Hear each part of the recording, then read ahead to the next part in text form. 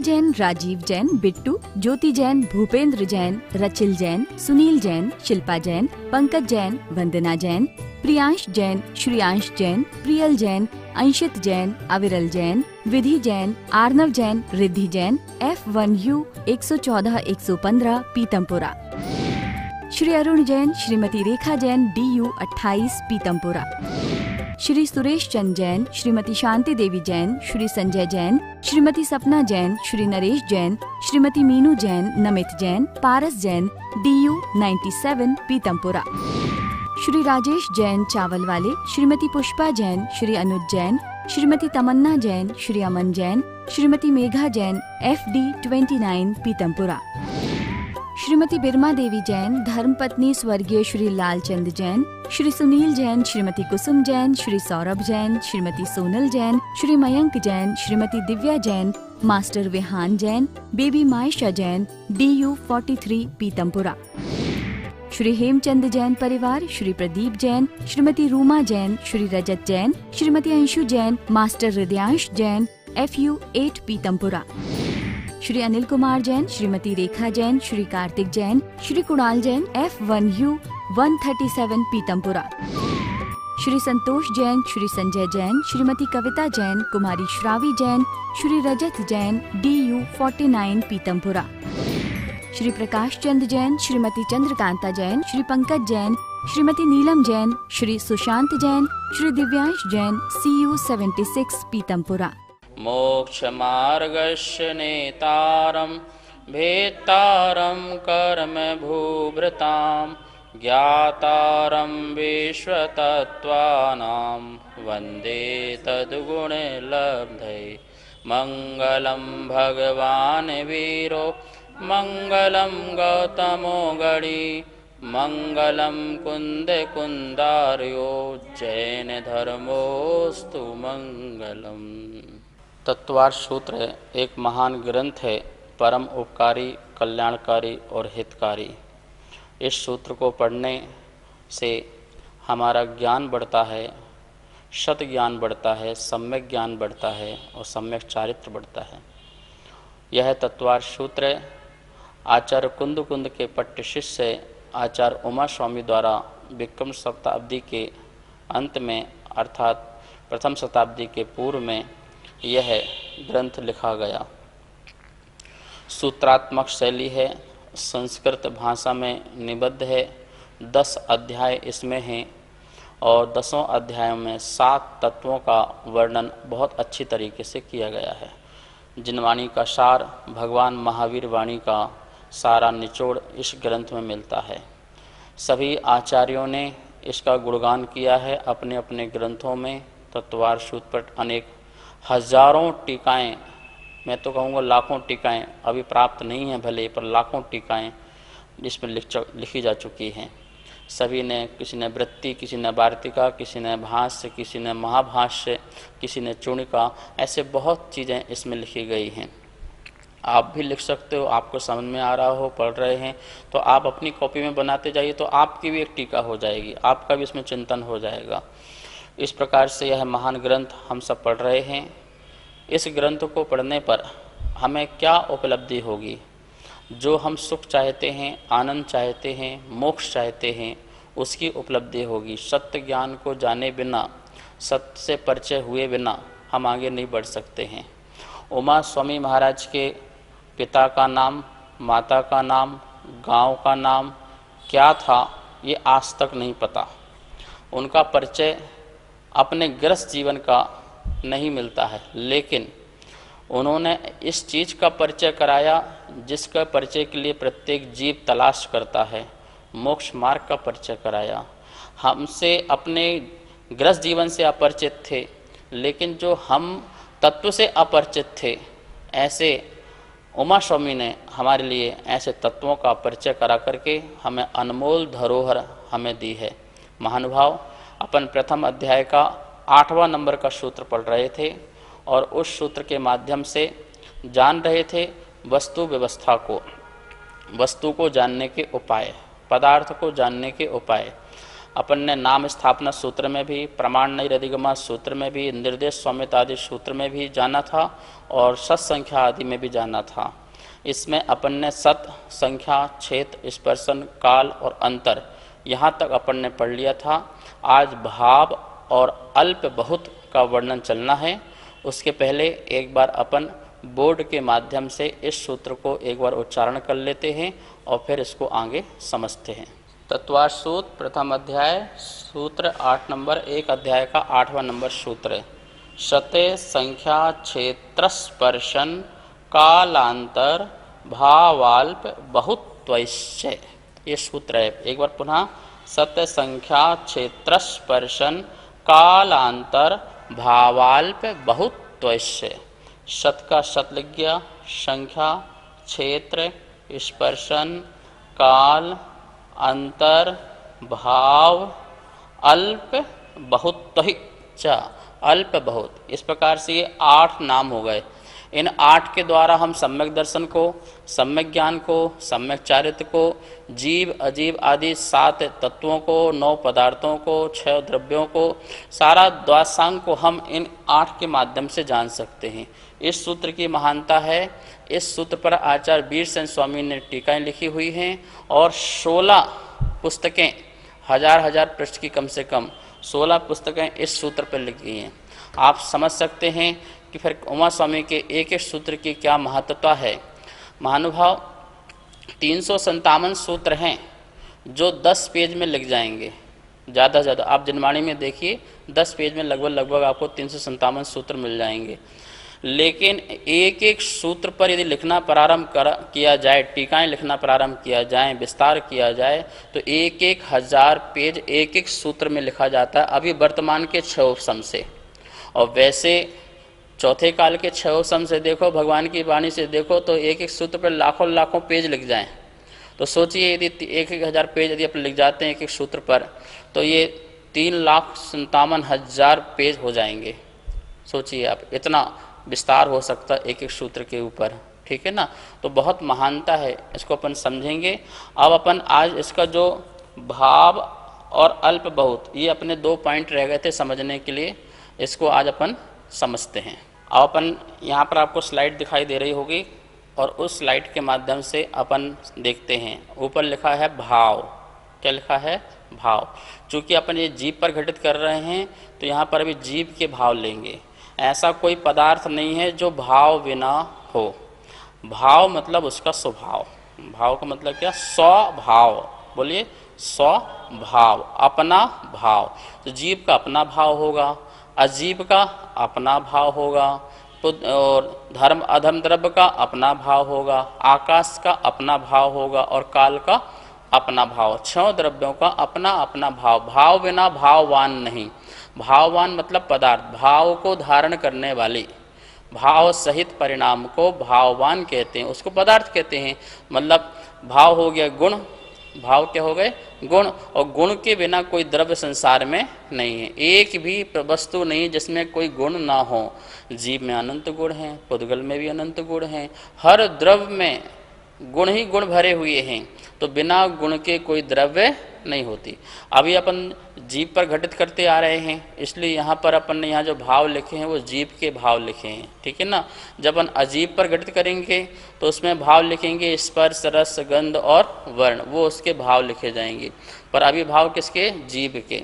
स्वतत्व भाव, जो जीव के स्वयं के भाव हैं, वो भाव यहाँ लेंगे। क्या दिया हुआ है आप देखिए, लिखा है औपसमिक आदि परिणामों को भाव कहते हैं। क्या लिखा है? औपसमिक आदि। आदि, किसी भी शब्द के पीछे आदि लग जाए तो उसका बहुत बड़ा पेट हो जाता है। डेड डेस्क, उसको खोलोगे ना तो बहुत किस निकलते जाएगा। औपसमिक आदि। अब आदि से और जोड़ो, क्या क्या होते हैं? तो औपसमिक भाव, छायोपसमिक भाव, छायिक भाव, औदयिक भाव और पारिणामिक भाव। ये 5 प्रकार के भाव। इनका विस्तार से वर्णन तो जब अपन दूसरा अध्याय पढ़ेंगे तो उसका प्रथम सूत्र ही यह है, जिस पर आप एक एक खुलासा करके वहाँ चीज़ पढ़ेंगे। फिर भी यहाँ पे संक्षेप में, कर्म के उपशम से, कर्म के दब जाने से आत्मा में जो निर्मलता आती है, विशुद्धि आती है, वो जो परिणाम है उसे कहते हैं औपसमिक भाव। छायोपसमिक भाव, कर्म की शक्ति कम होकर के फिर कर्म को दबा देना और दबाने के बाद जो कम शक्ति वाले कर्म है उसका उदय आना और उससे जो आत्मा के परिणाम होते हैं उसका नाम है छायोपसमिक भाव। कर्म का नष्ट होकर के और उससे नष्ट होने के बाद जो अत्यंत निर्मल परिणाम प्रकट होते हैं उसे कहते हैं छायक भाव। कर्म के उदय से होने वाले परिणाम को औदयिक भाव। कर्म के जैसे मोहनी कर्म का उदय आया तो मोह प्रकट हुआ, ज्ञानावरणी कर्म का उदय आया तो ज्ञान पर आवरण आया, तो हमको अज्ञानता आई अथवा हमको समझ में नहीं आया, कितने बार समझाते हैं फिर भी समझ में नहीं आता है, तो ये ज्ञानावरणी कर्म का उदय चल रहा है। ठीक है ना, हम समझाते हैं मोह कम करो फिर भी मोह कम नहीं होता, तो ये मोहिनी कर्म का उदय चल रहा है जिससे हमारा मोह समाप्त नहीं होता है। तो इस प्रकार से औदिक मतलब उदय, उदय कर्म के उदय के निमित्त से आत्मा में जो मोह आदि की अज्ञान आदि की आवरण आदि की शक्ति प्रकट होती है, अर्थात निर्मलता कम होती है, विशुद्धि कम होती है, उसका नाम है औदिक परिणाम।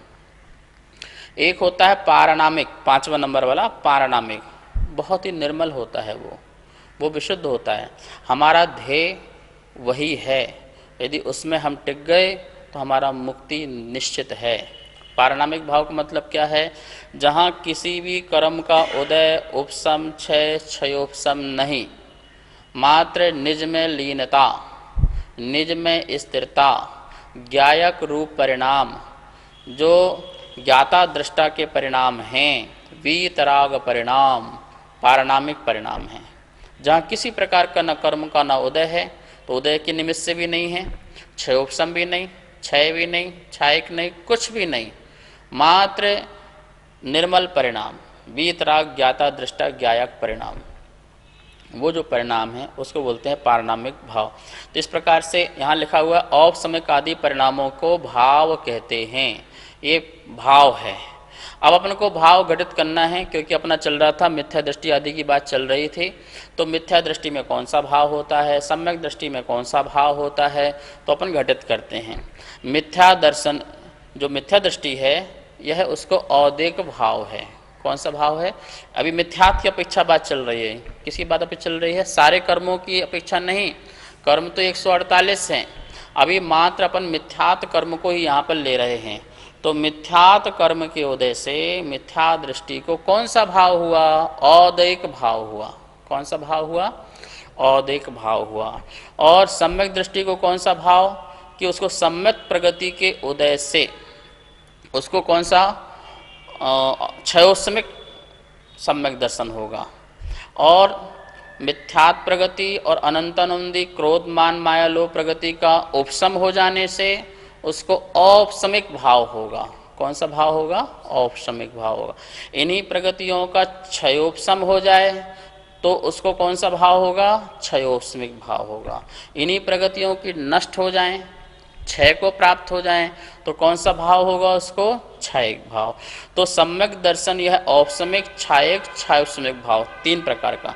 सम्यक दृष्टि जीव को 3 प्रकार का भाव हो रहा है और मिथ्या दृष्टि जीव को मिथ्यात्व की अपेक्षा औदिक भाव एक हो रहा है। इन 5 भाव में से एक भाव सम्यक दृष्टि को, मिथ्या दृष्टि को 1 और सम्यक दृष्टि को 3।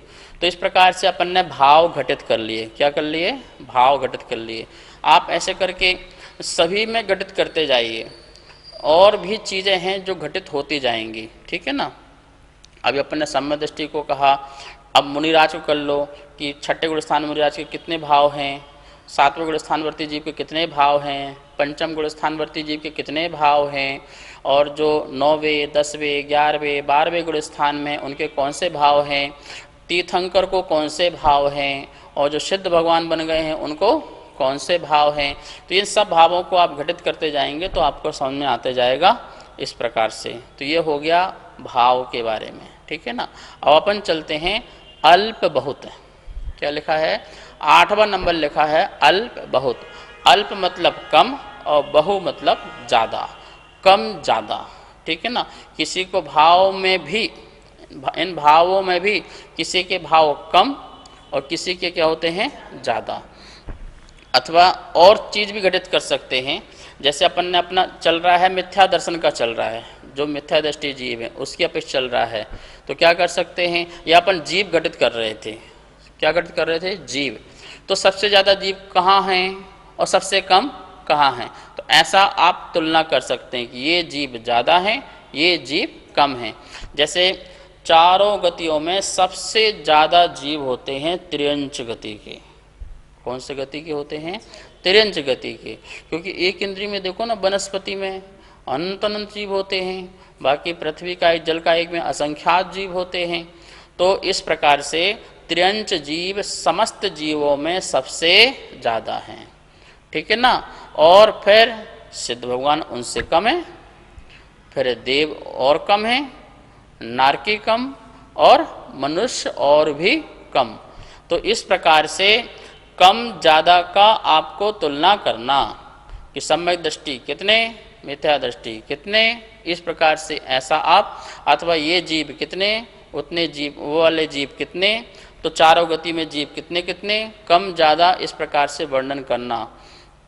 तो इस प्रकार से हम किसी भी विषय को लेकर के सत्य, संख्या, क्षेत्र, स्पर्शन, कालांतर, भाव, अल्प, बहुत, इसको समझ सकते हैं। एक बार देखो स्लाइड में आप देख रहे हैं, यहाँ पर सब कुछ अब समरी बन के यहाँ पे दिखा रहे हैं आपको एक साथ कि सत क्या लिखा है, अस्तित्व, वस्तु है, वस्तु है, इसका नाम क्या हो गया, अस्तित्व। संख्या है तो कितनी है तो कितनी है, जीव है, ये पहला स्वीकार, सत। कितने हैं, ये भी बात ध्यान रखना पड़ेगा। फिर क्षेत्र है, कितनी है, और उनका एरिया कितना है, उनका एरिया कितना है, स्थान कितना है, क्षेत्र कितना है, जगह कितनी है, तो वो क्षेत्र। फिर स्पर्शन, वो तो वर्तमान क्षेत्र हो गया। फिर क्या लिखा, तीनों काल में विचरण क्षेत्र, ये जीव तीनों काल में कहाँ कहाँ विचरण करके आया है, तो उसके बारे में ज्ञान लेना। फिर काल, अवधि, इसकी अवधि क्या है, इसकी सीमा क्या है, इसका कितना टाइम पीरियड है, तो वो क्या हो गया, अवधि। अंतर, अवधि के बाद आया अंतर, विरह काल, यह जीव जैसे नरक में रहा तो पुनः दोबारा नरक जाएगा निकल के वहाँ से, तो उसको बोलेंगे विरह काल। एक स्थान से च्युत होकर के फिर दूसरे स्थान पे जाए और भी अन्य स्थान पे जाए, जब तक पुनः उसी स्थान को पहुँच ना जाए तब तक उसको बोलेंगे अपन विरह काल कहेंगे, उस काल को विरह काल कहेंगे। तो अंतर मतलब सम्यक दर्शन प्रकट किया, फिर छोड़ दिया, फिर पुनः सम्यक दर्शन कितने काल में ग्रहण करेगा, कब ग्रहण करेगा, और जब ग्रहण करेगा तब उसको कहेंगे विरह काल। तो इस प्रकार से हम तत्व के बारे में समझें, ठीक है ना।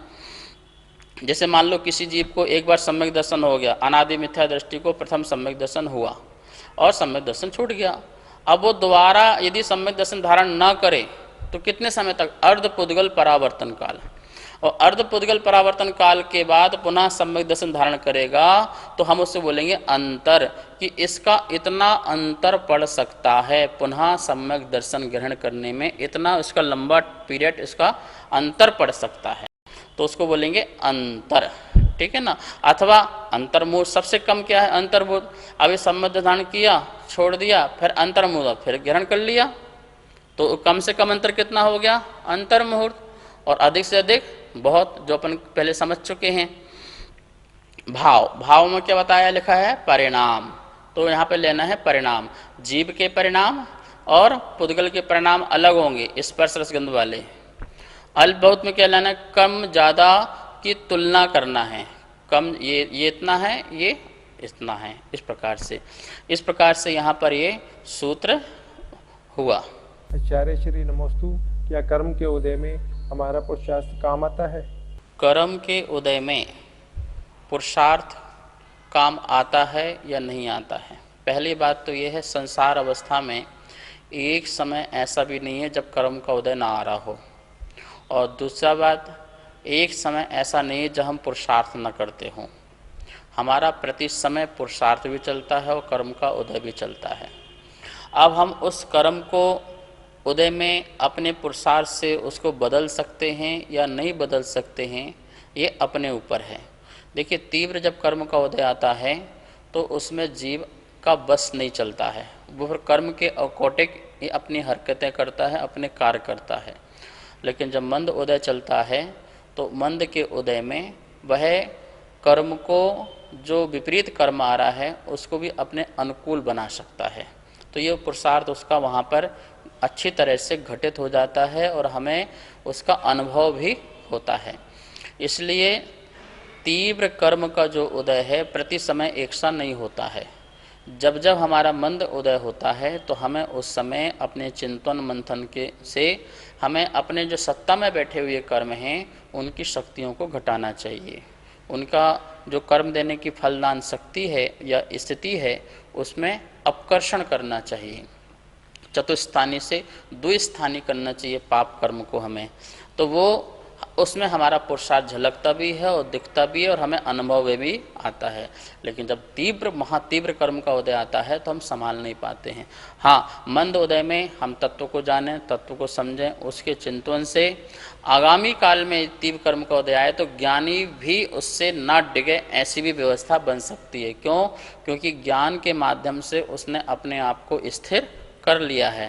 तो मंद के उदय में जब था तो अपनी आत्मा का चिंतन किया, ज्ञान प्रकट किया, सम्यक ज्ञान प्रकट किया, जिसके माध्यम से अब वर्तमान में तीव्र कर्म का उदय, मान लो मुनिराज हैं, घोर उपसर्ग हो रहा है, शारनी खा रही है, सिगड़ी रख दी जा रही है, गरम गरम लोहे के वस्त्र पहनाए जा रहे हैं, तब भी मुनिराज अपने आनंद में हैं। तो कर्म का तीव्र उदय तो है, लेकिन फिर भी उनको कोई असर नहीं हो रहा। क्यों? क्योंकि उन्होंने अपने आप को बिल्कुल सेट कर रखा है, तत्व के माध्यम से अपने में भेद विज्ञान प्रकट कर लिया है। तो तीव्र उदय में भी अब उनका पुरुषार्थ काम आ रहा है और फल की प्राप्ति हो रही है। लेकिन अज्ञानी के साथ ऐसा नहीं है। अज्ञानी का कर्म का उदय तीव्र आया तो वो अपने को भूल जाता है और फिर वो कर्म के अकॉर्डिंग ही काम करना प्रारंभ कर लेता है। तो यही ज्ञानी और अज्ञानी में थोड़ा अंतर है। इसलिए आपके जीवन में आप मंदिर जाते हैं, पूजा पाठ करते हैं, स्वाध्याय करते हैं, तो ये आपकी गोल्डन चांस है। आपके मंद कसाय का उदय है। तीव्र कसाय के उदय में आप मंदिर कहाँ जाओगे? तीव्र यदि घर से राग है, परिवार से राग है तो मंदिर छूट जाएगा आपसे। मेहमान से राग है, पैसे से राग है, धन से राग है, दुकान से राग है, तीव्र राग है तो मंदिर, गुरु, शास्त्र, दान पुण्य सब छूट जाएगा आपका। इसका मतलब आप मंदिर आ रहे हो, पूजा पाठ स्वाध्याय कर रहे हो, इसका मतलब आप राग की कमी है तभी तो आ रहे हो। कर्म का कम मंद उदय है तभी तो आप आ रहे हो। तो उदय जब मंद उदय है तो उस समय हमें अच्छा पुरुषार्थ करना चाहिए। फिर पूरा अच्छे उपयोग से तत्व को जानो, आत्मा को जानो, परमात्मा को जानो, भेद विज्ञान करने की कला सीखो, विकल्पों से मुक्त होने के अपने उपाय लाओ, क्योंकि ये गोल्डन चांस है, इसे छोड़ना नहीं चाहिए। नमोस्तु आचार्य श्री। पारिणामिक भाव के लिए हमें क्या करना चाहिए? महानुभाव, पारिणामिक भाव के लिए हमें कुछ करना ही नहीं है, क्योंकि करने का नाम ही तो फिर संसार है। जब जब हम कुछ करने का भाव रखते हैं तब हमारा कर्म का बंध बनता है। हम ऐसे हैं जो कुछ करना ही नहीं है। संसार का संबंधी कोई भी कार्य नहीं करने का नाम ही पारिणामिक है। सहजता होना ही पारिणामिक है। सहजानंद बनना, क्या बनना? अभी हमारा जो जीवन है वो अकृत्रिम नहीं है, कृत्रिम है, दिखावटी का, बनावटी का जीवन है। हम सोचते हैं जब तक हम कुछ ना करें तब तक हमने कुछ नहीं किया। तो करने का नाम तो संसार है और नहीं करने का नाम मोक्ष है। नहीं करने का नाम परम पारिणामिक भाव है। जब तक हमारे मन में आएगा करना है करना है, तो क्रिया हो गई। करने का क्या होगी? क्रिया। और क्रिया है तो प्रतिक्रिया भी है, एक्शन है तो रिएक्शन भी है। तो जब तक क्रिया होगी तो फिर कर्म का बंध बंधेगा। कर्म कब बंद बंधेगा? फिर उदय में आएगा, फिर भुगतना पड़ेगा। तो ये इसका लक्ष्य करना नहीं बनाना है। धर्म करना है या धर्ममय होना है। जहाँ करना हुआ तो वहाँ कर्म का बंध, जहाँ धर्ममय होना है तो धर्ममय होने के लिए सहज होना है। क्या होना है? सहज होना है। और सहज जो होता है वही व्यक्ति ही अपने शुद्ध पारिणामिक भाव को प्रकट कर पाता है। तो हमें शुद्ध पारिणामिक भाव प्रकट करने के लिए क्या बनिए? सहज, बिल्कुल सहज हो जाइए। देखिए, आप मुझे बताइए, मार्केट में एक तरबूजा लेने जाइए, बहुत लाल लाल गोल गोल बढ़िया, बहुत मीठा वाला है, और वो है आपका 10 रुपये किलो का। एक तरबूज है वो 100 रुपये किलो का है, ठीक है ना। आप कौन सा लेंगे, तो आप उससे पूछोगे भाई इसके पहले बताओ क्या कारण है 110 रुपये का। बोले ये जो 10 रुपये का है ना, इसमें इंजेक्शन लगाया गया है और इसको फिर इसमें अंदर से मिठास डाली गई है और तब तैयार किया गया। और ये 100 रुपये वाला ऑर्गेनिक है, बिल्कुल ऑर्गेनिक, कोई केमिकल नहीं, कोई इंजेक्शन नहीं। लेकिन एक बात है, महंगा भी है और फीका है, ज़्यादा मीठा नहीं है। और ये वाला जो है मीठा बहुत है, पर इंजेक्शन के द्वारा मीठा किया गया है, बड़ा किया गया है, इसमें केमिकल डाले गए हैं। तो बोलो अब आप 10 रुपये किलो वाला तरबूज लेंगे या 100 रुपये किलो वाला? क्योंकि वो सहज है। आपसे बोला जा रहा फीका है, भाई कोई दिक्कत नहीं, फीका रहने दो, हमको तो ऑर्गेनिक चाहिए, हम फीका ले लेंगे, कोई दिक्कत नहीं, पर हम वो वाला मीठा नहीं चाहिए, कृत्रिम वाला नहीं, अकृत्रिम चाहिए। तो वो जो फीका है वो सहज है। वो क्या है? सहज। ये असहज है। तो असहज जो है वो स्वास्थ्यवर्धक नहीं हो सकता, वो नुकसानदायक है, और जो सहज होगा वो स्वास्थ्यवर्धक हो। ऐसे हमारा जीवन सहज है तो हमें परमात्मा की प्राप्ति होगी, हम स्वयं परमात्मा हो जाएंगे। हमें पारनामिक का हो या परमात्मा का हो, परमात्मा की उपलब्धि, शुद्ध चैतन्य की उपलब्धि, शुद्ध चैतन्य प्रकाश का अपने में प्रत्यक्ष दर्शन होना, स्वदर्शन होना, उसका नाम पारनामिक भाव है। तो उसके लिए हमें सहज बनना, ज्ञाता दृष्टा, ज्ञायक बनना है। हम वस्तुओं को देखें, जानें, पर स्वेच्छा पूर्वक ना जानें, अपने मन मुताबिक ना जानें। जो जैसी वस्तु है उस वस्तु को हमारे ज्ञान में झलके, इसके लिए हमें अभ्यास करना चाहिए, इसके लिए हमें प्रयास करना चाहिए। तो इस प्रकार से अपन ने देखा तत्वार सूत्र का 8वां नंबर सूत्र है। कितना हमें पढ़ने लायक सूत्र है ये। इसके माध्यम से हम क्या क्या नहीं जान सकते हैं। अजीब के बारे में पूरा विस्तार, जीव के बारे में पूरा विस्तार, पूर्ण विस्तार प्राप्त कर सकते हैं, सम्यक दर्शन आदि के बारे में भी। तो इस सूत्र को हम 4-5 दिन से पढ़ रहे हैं और मुझे विश्वास है आपको ये समझ में आ गया होगा, आपने कॉपी में नोट कर लिए होंगे। और इसे यदि आपको और अच्छे से पढ़ना है तो सर्वार सिद्धि में इसकी बहुत सुंदर टीका दी हुई है। मात्र आप पूरे सर्वार सिद्धि नहीं पढ़ना, आप उसका एक 8वां नंबर का सूत्र निकाल लेना बस मेरे एक बार कहने से, और उस 8वें नंबर के सूत्र को पढ़ना। कम से कम 100 पेज का इसका व्याख्यान होगा, उसमें कम से कम 100 पेज का व्याख्यान होगा, और उसको आप इसका सूत्र की टीका पढ़ लेना, उसमें पूरी मार्गणा आ जाएगी। मार्गणा से ये पूरा सूत्र उसमें घटित किया गया, तब आपको समझ में आएगा इस सूत्र की इतनी महत्वता है। ये तो 100 पेज की बात है, और वीरसेन स्वामी ने तो 16 पुस्तकें लिख दी इसके ऊपर, ठीक है ना। तो आप इसमें उस सूत्र को उठा के पढ़ें और फिर आपको समझ में आएगा। ना बने तो आप कोई विद्वान हो, कोई गुरु मिले तो उनसे तत्व चर्चा करके उसको अच्छे से समझना। आज इतना ही, कल आज यह सूत्र पूरा हुआ और कल नेक्स्ट सूत्र पढ़ेंगे। सुनीत जैन, नीरज जैन, विभोर जैन, इति जैन, सर्वांग जैन, चारू जैन, गौरव जैन, दर्श जैन, अनिकांत जैन, कोकिला जैन, कनिका जैन, गौरव जैन, अर्घ्य जैन, नितिका जैन, मयूर जैन, पर्व जैन, अदिति जैन, सामवेद, तिलका देवी जैन, मनोज जैन, उषा जैन, सुनीत जैन, नीरज जैन, अनिकांत जैन, कोकिला जैन, राजीव जैन, वंदना जैन, राजीव जैन, वंदना जैन, वरुण जैन, पूजा जैन, वाणी जैन, श्रीमती कमलेश जैन, धर्मपत्नी स्वर्गीय श्री श्रीपाल जैन, परिवार QU 149C, पीतमपुरा, दिल्ली। श्रीमती आशा जैन, धर्मपत्नी श्री सुखमाल चंद जैन, चावल वाले। श्री रवि जैन, श्रीमती डिम्पल जैन, श्री अमित जैन, श्रीमती मीतू जैन, श्रेय जैन, अर्पित जैन, कनिका जैन, आदित्य जैन, FU 71, पीतमपुरा, दिल्ली। श्रीमती केला जैन, श्री जगदीश राय जैन, श्रीमती उषा जैन, श्री कुलभूषण जैन, श्रीमती प्रीति जैन, श्री संजय जैन, मोनाल जैन, हाद्विक जैन, साक्षी जैन, DU 5, पीतमपुरा, दिल्ली। श्री संजय जैन, श्रीमती रचना जैन, श्री सक्षम जैन, श्री उत्कृष्ट जैन, श्री दीपक जैन, श्रीमती स्वाति जैन, उन्नति जैन, आगम जैन, F1U1, पीतमपुरा। श्री अजय कुमार जैन, श्रीमती सुमन जैन, श्री अभिषेक जैन, श्रीमती दिव्या जैन, मास्टर लवित जैन, BU 101, पीतम।